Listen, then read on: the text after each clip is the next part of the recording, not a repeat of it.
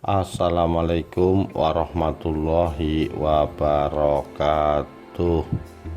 Rahayu Sagung Dumadi. Kisah tragis Sultan Hamengkubuwono V ditikam selir kesayangan yang menyisakan misteri. Anikola, Kamis 16 Desember 2021. Kisah Sri Sultan Hamengkubuwono V bak cerita di sinetron. Dia dinobatkan sebagai Raja Yogyakarta ketika umurnya baru menginjak 3 tahun. Namun berakhir tragis di tangan istri kesayangannya, Kanjeng Mas Hemawati. Dia ditemukan tewas di ruangan Istana Keraton Yogyakarta pada tanggal 5 Juni 1855. Hamengkubuwono V bernama asli Gusti Raden Mas Gatot Menol, yang kemudian bergelar Pangeran Mangkubumi. Dia adalah anak ke-6 sekaligus putra mahkota Sultan Hamengkubuwono IV dari permaisuri Gusti Kanjeng Ratu Kencana, yang lahir pada 24 Januari 1820 di Keraton Kasultanan Ngayogyakarta, Hadiningrat. Sewaktu dewasa ia bergelar Pangeran Mangkubumi. Dia juga pernah mendapat pangkat Letnan Kolonel tahun 1839 dan Kolonel tahun 1847 dari pemerintah Hindia Belanda. Kisah tragis yang dialami oleh Hamengkubuwono V tidak jauh beda dengan apa yang dialami ayahnya, Sultan Hamengkubuwono IV. Kekuasaannya pun berlangsung singkat karena meninggal di usia yang masih muda, baru berumur 20 tahun. Ihwal kematiannya juga masih menyisakan misteri. Diduga mangkatnya sang raja karena diracun. Kematian mendadak Sultan Hamengkubuwono IV itulah yang membuat putra mahkota harus segera naik tahta meskipun masih berusia balita. Kurang dari 2 pekan setelah wafatnya sang raja, 19 Desember 1823, Gusti Raden Mas Gatot Menol dikukuhkan sebagai penguasa Yogyakarta yang selanjutnya dengan gelar Sultan Hamengkubuwono V. Namun sehari berselang dinobatkan sebagai Sultan, beliau Hamengkubuwono V diturunkan dari singgasananya pada 17 Agustus 1826. Hamengkubuwono II atau yang berjuluk Sultan Sepuh kembali dinobatkan sebagai raja. Ini kali ketiga Hamengkubuwono II naik tahta setelah periode 1792 sampai 1810 dan 1811 sampai 1812. Sultan Hamengkubuwono II meninggal pada 3 Januari 1828. Hamengkubuwono V didudukan kembali ke tampuk kekuasaan Kesultanan Yogyakarta. Namun tentu saja pengaruh Belanda masih kuat dalam prosesi ini. Sultan Hamengkubuwono V cenderung main aman selama berkuasa.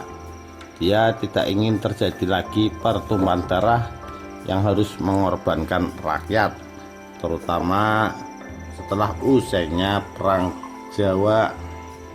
Hamengkubuwono V juga menekan kontrak politik dengan Belanda yang berlaku bahkan hingga era Sultan Hamengkubuwono IX yang berakhir pada 1988.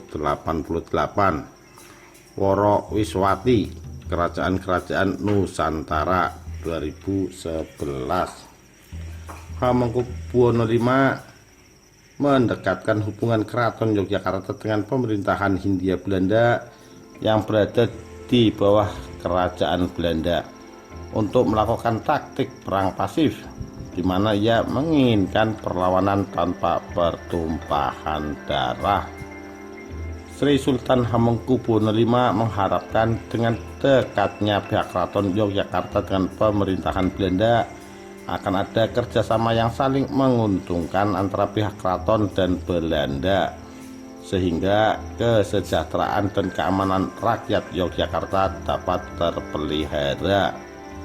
Sultan Hamengkubuwono V memilih fokus ke kesenian dan kebudayaan.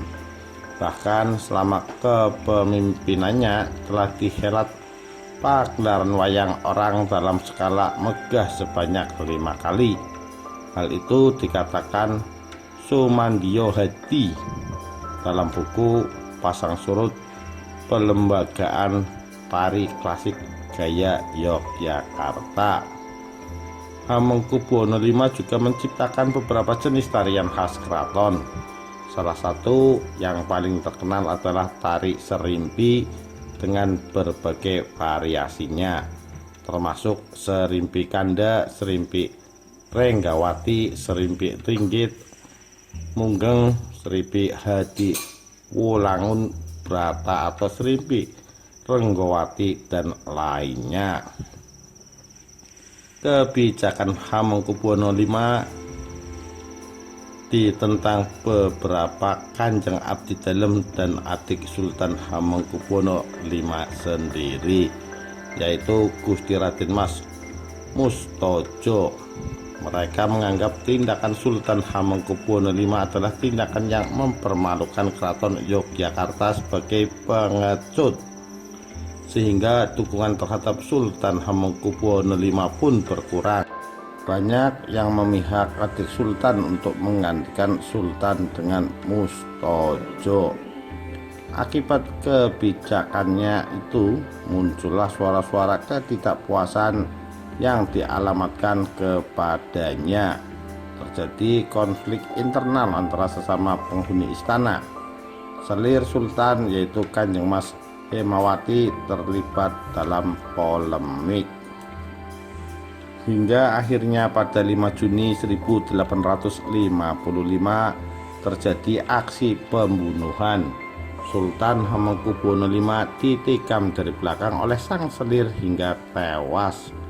Pihak keraton menutup rapat kasus ini, termasuk tentang keberadaan Kanjeng Mas Hemawati setelah menghabisi nyawa suaminya sendiri.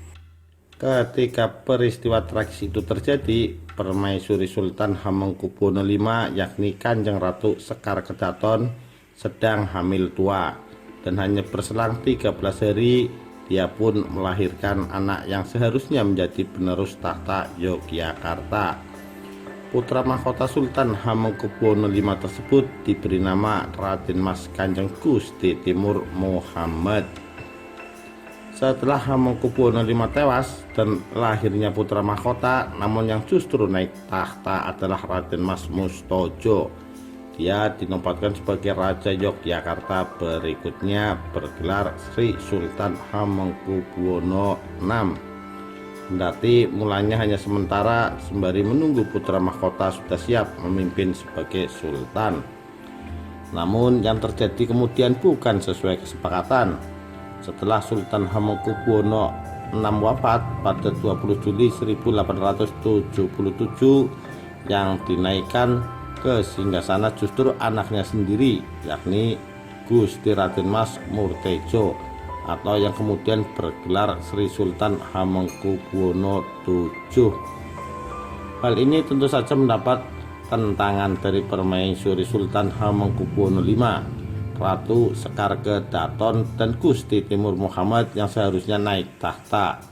Keduanya lalu ditangkap dengan tudingan telah melakukan pembangkangan terhadap raja dan istana.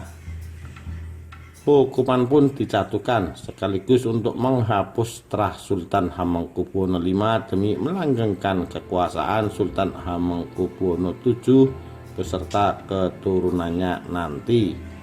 Ratu Sekar Kedaton dan Gusti Timur Muhammad harus menjalani hukuman buang ke Manado, Sulawesi Utara, hingga keduanya meninggal dunia di sana.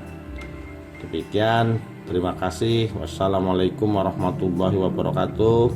Rahayu Sagung Dumadi.